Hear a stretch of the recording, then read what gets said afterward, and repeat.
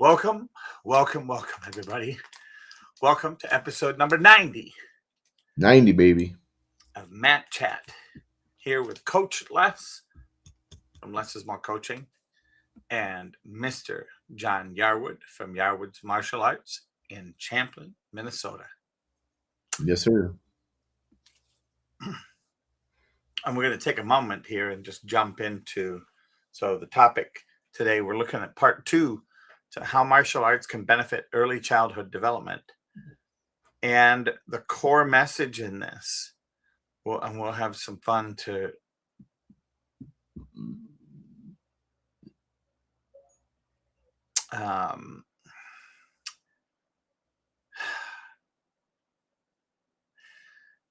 really create a space for you to stand in to be able to see the benefits.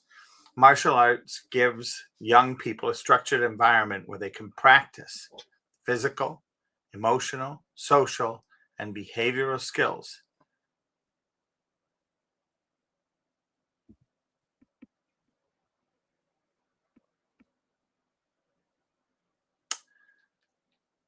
So, with that being said, would love to talk a little bit and get us started about independence and responsibility. And what does that look like? What does independence look like after we've just spent the first 10, 15 years of our life within an inch of our mother or father's coattail?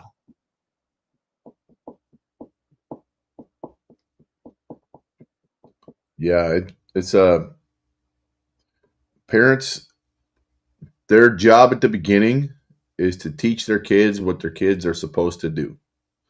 They give them their boundaries, they give them their guardrails, whatever you want to call it. Teach them what their responsibilities are going to be, what their accountability looks like. They don't get free reign of everything. They don't get to do whatever they want to do whenever they want to do it. They have to understand that there's rules to things, that there's a schedule, there's all these different things. And the only way the kids learn that is by the parents teaching them that, right? But it also, parents aren't the only ones that are influencing their kids at those ages, right? If they're in any activities, whether they be football, soccer, dance, gymnastics, whatever those things are, they're working on, they have to be on time to things. They have to be responsible for all their equipment to get it there and back. They have to know what time they're supposed to be done so mom and dad can come pick them up. Whatever all those things are, parents start to let their kids have a little free reign and understanding all those things, right? We as martial arts school come at it from a different angle.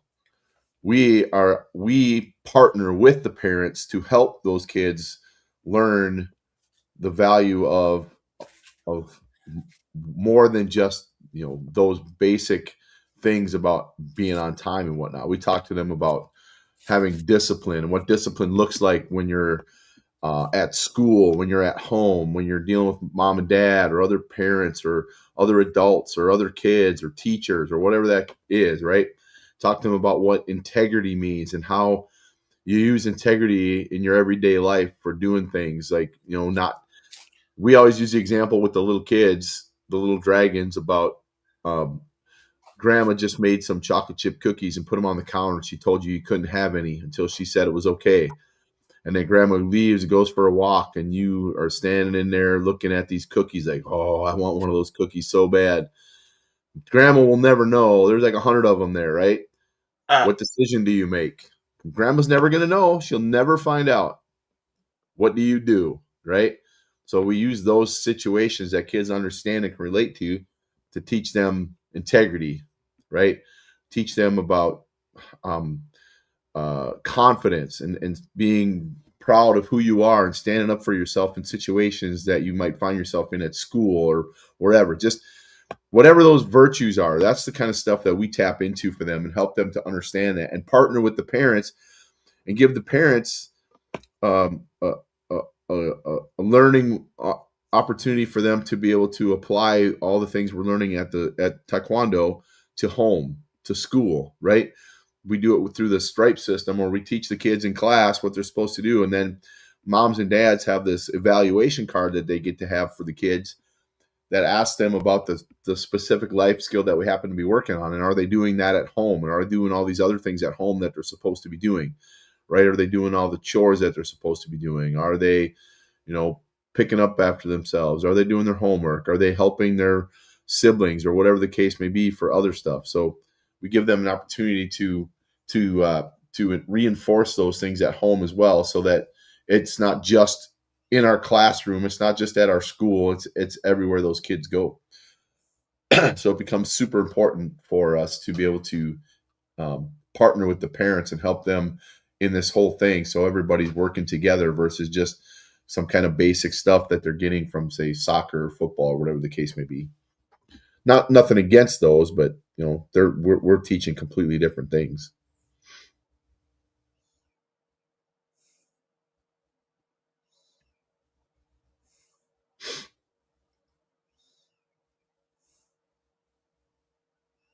Hello,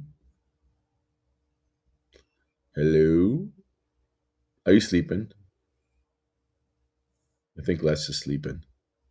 He's had a long day. Hey, Les. Les. He went nighty night. That's funny. For those of you who don't know, he runs an ice cream shop. He's got 4 of them. So he's busting his butt all day, making sure they have all the supplies that they need. Everything's taken care of. Then at the end of the day, he has to take care of all the money. He works with all the employees that are there, takes care of all that stuff. And he does it every single day. So he gets tired. And then he just kind of nods off like this. And all of a sudden, he'll just wake up and go, huh? So we're waiting to see how long it's going to take him to wake up. It looks like he's reading, but he's actually napping. At least he doesn't snore, though. And I don't know, I can't tap him, can't yell at him, can only be so loud. And I don't know if he can hear me or not. Hopefully he wakes up soon, because I don't have control of the broadcast. Hello, Les. Les. Yoo-hoo. How long do you think he's going to sleep? It's been like 3 minutes now. A little quick nap. Hope he's okay. I'd like to knock on his head or something, wake him up. Les. Les. Yoo-hoo.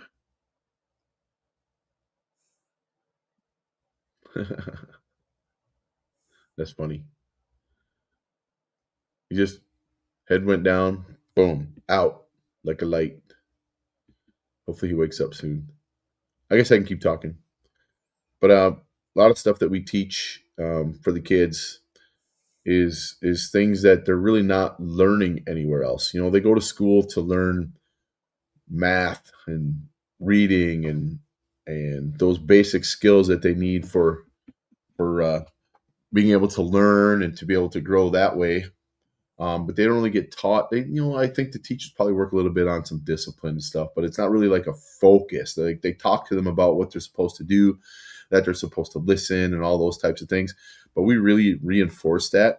One of the things we've been doing too is actually working with the schools and the students, or sorry, the teachers, to be able to bring what we do to them into the school, by doing some after school programs and teaching in the like maybe once a week or so. We'll teach like a half an hour or 45 minutes after school.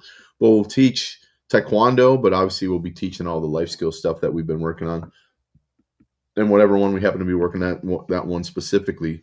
And then we give them an opportunity to come into the school, our school, and come train even further and reinforce all those and add to what they've already been learning. So it's an opportunity for the kids to really kind of experience what we do without coming into the school to begin with, and then kind of see if it's something that they're going to enjoy. We can talk to the parents, invite the parents out on the mats, out into the school as well, so they can see firsthand how we operate, how we deal with their kids. Teachers really enjoy it because they have to deal with the kids all day long in class, and if they're kids that are acting up and not doing what they're supposed to do, it becomes more of a challenge for the teachers. So having kids who are good leaders, who are learning how to have discipline and all those things, and help other kids, have some compassion and empathy for other kids. I think it's a good way for the teachers to be able to see what we do, and then maybe help other kids who might need that. Talk to their parents at conferences and stuff. Say, hey, we have this guy who comes in and teaches all our kids about discipline and confidence and integrity and dedication to his craft and all that kind of stuff. And we might think it might be a good fit for your kid to maybe go try it out, and then we can give them an opportunity to come and experience it at the school as well. So it kind of becomes a win-win for everybody involved. So the parents get to have their kids, learn all the life skills and virtues that we're talking about, and be able to take them home with them. So, and when we talk about independence and responsibility, when you're having your kids doing chores, let's say they clean their room, they put the dishes away, and they take out the trash, right? So if they know that that's what they're supposed to be doing, we don't have to tell them what to do. Hey, he's awake. That was a good, I don't know, 5 minutes. I was trying to wake you up, but you weren't listening. Frozen. So I kept talking. Well, it's good. So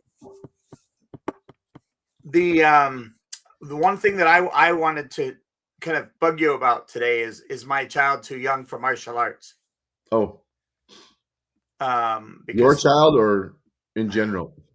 the child in me. Yeah. Yes and no. Honestly, Well, it first really you should kind of, probably talk about what ages we're talking so about. we do 4 to 7 as our little dragons. The youngest kids we've taken was about 3.5, and that's a rare kid at that age to be able to handle our classes. We have in the past discussed doing a little bit younger, but it would be a kind of a different way of doing it, because they don't have the capacity yet to be able to learn and pay attention the same way as the older kids do. So we'd have to structure that a little bit differently, and that is kind of a challenge, because younger kids, their awareness isn't there yet. What's going on around them, they don't really notice that yet. So it's hard to get them to focus and pay attention to the things we're trying to teach them, because it's not their fault. They just haven't developed yet, right? So we're trying to come up with something and possibly be able to service the younger kids too. But that one's really, we've been to daycares and stuff where they have the younger kids, and it basically turns into just play, right? And there's nothing wrong with that, but it's not really. I don't think parents want to bring their 2 or 3-year-old kid to our school and pay us to have them play. Right. They can do that and do other things. And, the capacity just isn't there yet. We found that about 3.5, they start to become more aware of what's going on. They respond better to the things that we're talking to them about. They're better at listening and following directions, because they understand what they're supposed to be doing. So standing, like stand still. Standing still, yeah, we call it practicing to be a ninja, right? Stand, don't move, don't talk, don't do anything, and we can get them to do it for we've gone for 2 minutes straight, and they just stand there. And it's just at that age they start to really understand what we're trying to teach them. We take it to their level, we teach them about it differently than we teach obviously adults or teenagers, but they get it. As a matter of fact, I think they probably are better at it, learning it, than the older kids are, who maybe haven't necessarily been exposed to it yet, at least not to the level that we teach. The little dragons, you teach them something, they got it. And they want to learn more. They're hungry to learn more. And it's great. As a matter of fact, on Tuesday or on Monday, we challenged them. We said, okay, if you get all of your work done today in class, tomorrow we're going to let you guys set up an obstacle course and just do an obstacle course all day. So oh, right. So they were all answering loudly. They were running everywhere they were supposed to go. They were doing everything they were supposed to do, because there's an incentive for them, right? And then what happens is now they keep me accountable as well. I say, well, you said if we did all of our work, we get to have fun. So that's what we did. And I let them set up their obstacle course. They tell us exactly how to do it, the whole thing. And then we let them run it a few times, and then we time them.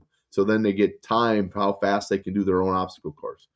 So they're still getting they're getting they're learning. They have to stand in line and wait their turn, right? They have to learn patience. They have to learn the confidence to be able to run it as fast as they can. They're learning teamwork because they're working together to set this whole thing up, right? So it's not just play, right? They're getting the physical stuff from doing the obstacle course itself. So they're still learning, just in a different way.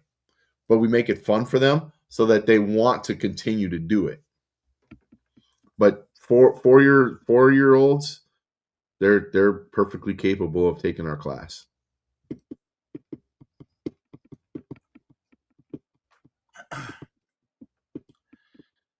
Yeah, I think the question that was proposed to me from somebody was, my 2-year-old is like bouncing all over the place, Yeah. and it would be great to get them into martial arts and to have them focus. And I said, well, they call it the crazy twos for a reason, because they're still trying to understand what Yeah. they're doing. They don't even understand. They just experienced their fingers. Oh my gosh, look. Yeah. Yes, they're 2 years old. They're gonna bounce. They're gonna go crazy. That's what they do. They're experiencing the world. What I like is Everything is when new. a butterfly lands on their hand and they just sit there and stare at it. Yeah. Everything is new. Yeah. New experiences, new stuff, right? You can't expect them to be paying attention constantly and doing exactly what you want them supposed to do. They don't even know yet. But that's where you come in. You start guiding them and giving them those boundaries. All right, you can't go here, you can't go there. Don't touch that. Ooh, and then they're going to learn through experience too. If they do something that hurts, they won't do it again, right? But think about it, every time a kid falls, what does he do? It's right back up again. Keeps going, right? Does nothing. Just hey, oh, woo, starts walking again. That's how they are. Yeah. So I think it's it's good. And I know, like, I answered how I've heard you answer before. You know, there's exceptions, of course, to every rule at 3, 3.5, but Yep. that 4 seems to be the magic turning point. Yeah. My son started at 3, but only because he spent a whole year coming with me to the dojo from 2 to 3 years old. So he already knew how things worked. He learned it by being there. The whole experience of being there, he understood how everything worked. So when he turned 3, he got out on the mats. He already knew what was expected of him because he'd already been there for a whole year, just sitting in the audience. Yeah. The next thing,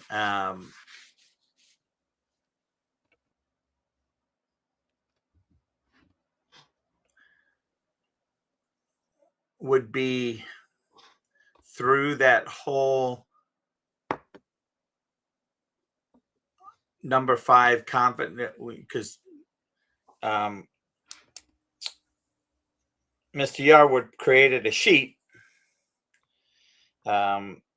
with 7 things on it: physical development, listening and following directions, focus and attention, emotional regulation and self-control, confidence through competence, social development, and independence and responsibility. And for me, one of the next areas of curiosity is confidence through competence.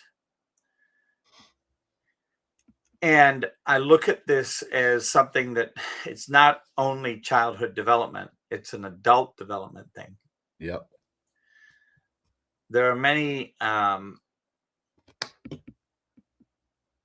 there are jobs that adults can get where it becomes robotic. And when you bring them out of that zone and that workspace and throw them into a what I would call a everyday environment, they freeze. And yet in their world, in their little, in their the place that they've been most of their life and the actions they've done during that time, they are extraordinarily comfortable and they appear expert and confident and everything else. Part of my question, I think, is do martial arts offer an opportunity to see that at work and then disassemble it and put it back together to allow you to be able to participate in class and in the things that you do in class?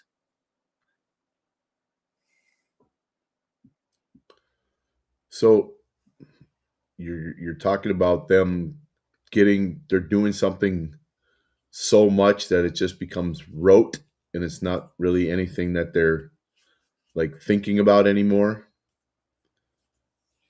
Bringing them into what we do, I think adults struggle the most when they start and when they're learning because they already have all of their what they believe they can do established, right? They're adults, they've gone through life, they've had all these experiences and they've created who they are.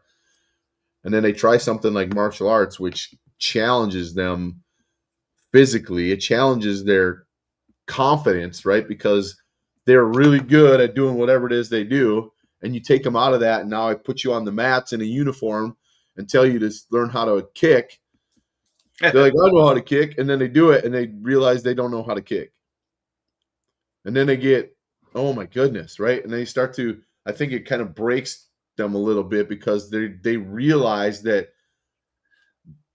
it's hard, right? And it's something they haven't done anything hard in a long time that really challenged them physically and emotionally because it's emotional too when you realize I suck at this. I'm not bad at it. I suck at it. You know? And being able to come to that realization that you're going to have to get some work out of this thing in order for you to improve. You got to, you basically do get broken down to, okay, I'm not as competent at this as I thought I would be, right? And that mental state changes on them. At first, they feel embarrassed, maybe they feel a little awkward. That's part of the process of getting through to the next level, right? But the thing with what we do, it's not rote, it's not repetitive in that it's over and over and over again for years and years and years, right? What we teach them is the foundational stuff, and then we build on those things, and then we go back to the foundation and kind of review it and make it stronger and add a little bit more and then go back down to the foundation again and build it even stronger. So the foundation is constantly getting worked, but we keep adding more and more challenging things on top of it. So you're not doing, sure, you're kicking and punching and blocking, but you're doing different things that go along with that. How we put those together, how they're sequenced, how they're taught, what that we add nuance to all these different things, and we increase the challenge in what they're trying to learn. So it's always a growth thing, right? But as they get more and more confident, they realize that what they're doing isn't it's while it's challenging, it's not as hard as it was when they first started. Because those first few days of a brand new adult white belt, it's hard. And I was an adult black white belt when I started. I was 36 when I started, so I know exactly what they're dealing with, right? So I can relate to them and talk to them and say, "Hey, just keep pushing. It'll get better. You just got to keep working through it. That's the only way." And I think they start to be able to now reequate that with what they're doing in outside, doing at work or wherever else they're doing, maybe it starts to make their mind open up a little bit more about what else could they be. Maybe they have a job that they do the same thing over and over again. What are some other things I can do at work that are maybe going to challenge me a little bit? They're going to help me grow so they don't get stuck in a rut, right? I've talked to parents about that. It's like, uh, we have a parent who's a teacher, and she's taken a lot of what we've taught in taekwondo, in martial arts, and brought it to her classroom.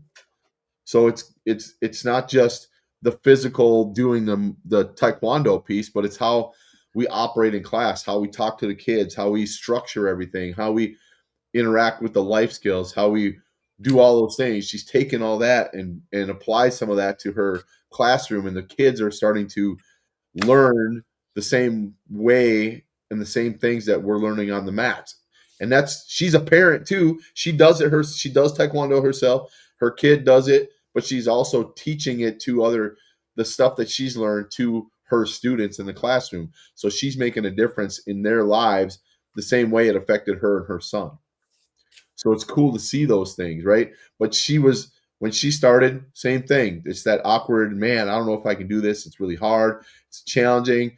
I don't have the coordination, whatever it is, right? And it changes. So it's pretty cool to see.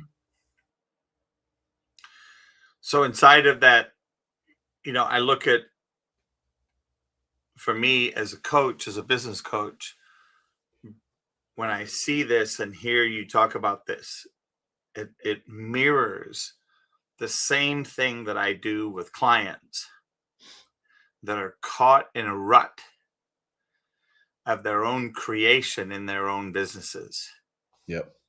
and how to distinguish that, discern that, and cause them to break it up and think outside of the box. Yeah.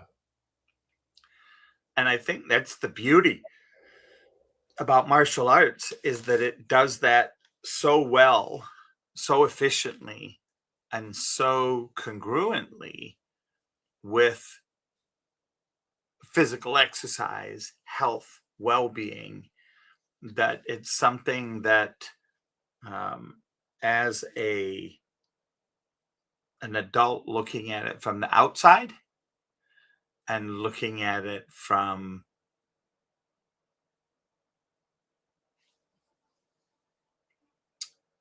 not necessarily inside, but from an aspect of, I'm outside, yet I have experience as a kid that in this moment can help me to overcome these objectives and overcome this in the workplace.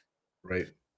And what you just mentioned, I think, was so powerful, because when these people come and they take the class for the first time and they're a white belt, and you ask them to do these things, and they're like flopping like fish all over the place. That, I think, is, there's almost this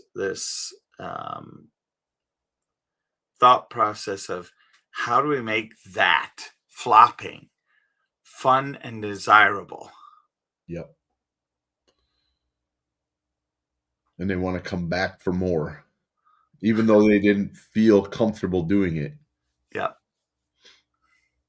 yeah. So that's the piece for me. I'm excited about this conversation. Has been, for me, one that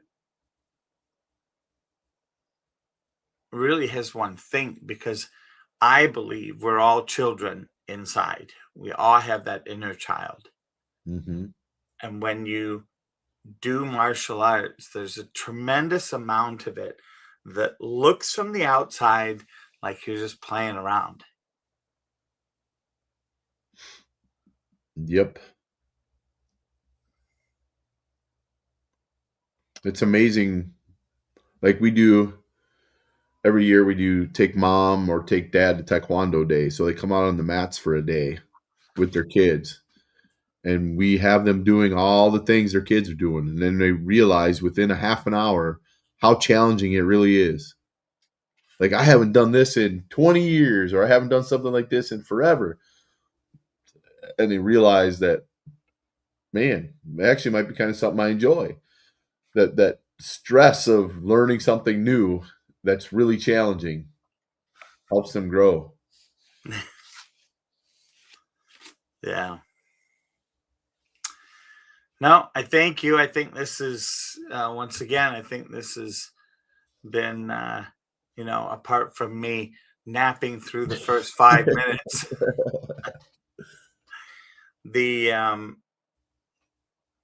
it continues to be an eye-opening experience looking at this and then filtering it through eyes of a child, eyes of an adult, eyes of um, an adult that's a higher level, and an adult that's low level and high level.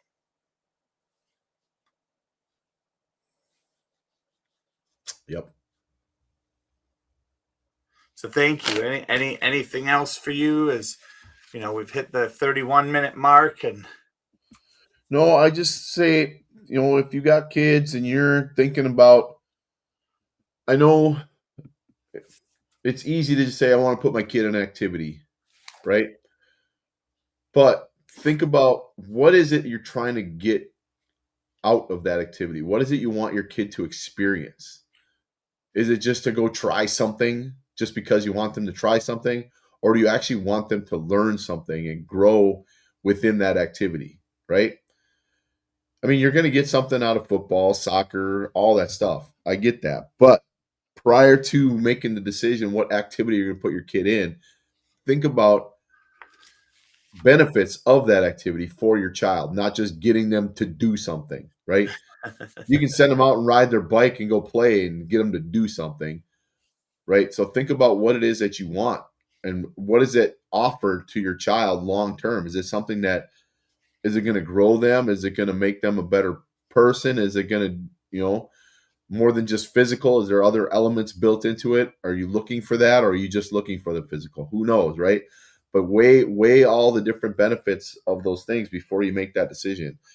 And I'm biased, but I say martial arts, because martial arts will help in all those other activities, in all those other sports. Martial arts will help in football. Martial arts will help in soccer. Martial arts will help in hockey. We have kids right now who are taking a couple months off to play football, and then they come back and come train with us. And everything that they're learning with us, they can apply to their football, all the physical stuff, the coordination piece, the discipline to get up and do the work that they're supposed to do, the integrity to do it while nobody's watching, right? The perseverance to not quit when it gets hard, the dedication it takes to go day in and day out, day in and day out.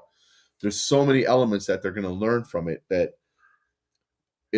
martial arts applies to everything else.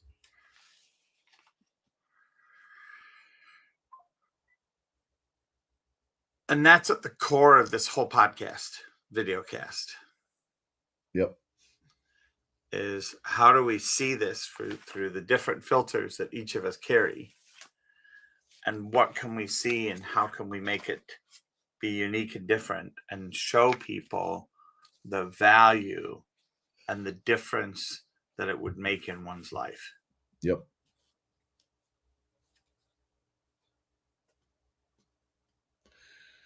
It's altered my life, that's for sure. Hasn't it created your life path? Pretty much. Yeah. You found your calling. That I did. Yeah. So thank you. Appreciate it. And to those, there's a couple of people on X that have been listening and watching. Thank you so much. We appreciate you, and we appreciate this every week. Look forward to next week. I think I'm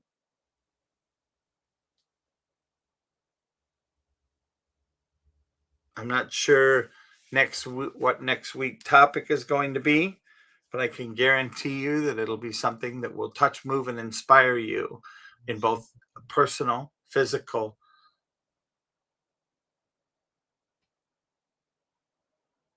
liability slash Mhm. opportunity slash